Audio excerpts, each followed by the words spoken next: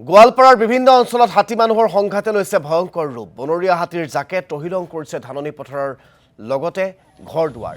ধাননি পথাৰৰ অৱস্থা দেখি এতিয়া মূৰে কপালে হাত দিবলগীয়া হৈছে গোৱালপাৰাৰ একাংশ কৃষকে।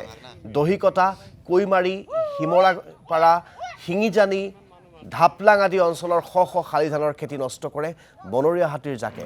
হাতীৰ উপদ্ৰৱ ৰুধিব নোৱাৰা বন বিভাগৰ বিৰুদ্ধে ক্ষোভ উজাৰিছে অঞ্চলটোৰ ৰাইজে।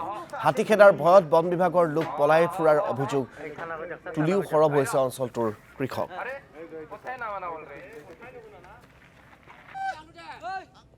অত্যাচাৰ কৰি আছে। এই বেলা ডুবাৰ লগে লগে 4:30টা টাইমতে ওলাই গাঁৱত সোমে কলগাছ খায় আৰু এই ধান এইগিলা গোটাই খাল ঝুলিৰ মাটি এইগিলা গোটাই খালে আৰু কি ধান খেতি যথেষ্ট নষ্ট কৰিছে। নষ্ট কৰিছে। কিমানটা হাতী আছে? 25টা মান হ'ব আৰু কি। 25টা মান হ'ব। এই যে হাতী ওলাই, যেতিয়া আপোনালোকে ৰাতি হাতী ওলাই আহে, গাঁৱৰ মানুহখিনি মানে খেদাৰ চেষ্টা কৰে? খেদাৰ চেষ্টা কৰে, মানে টৰ্চ নাই কিছুমানে ভয় কৰে। বন বিভাগক আপোনালোকে কি দাবী জনাব? তাহোঁতো নাহে দেখোন। ফৰেষ্টাৰৰ খবৰে নাই। আচ্ছা, এই 2 দিন আছিল, দেখা দেখি নাই আৰু এখন দেখা দেখি নাই না? নাই।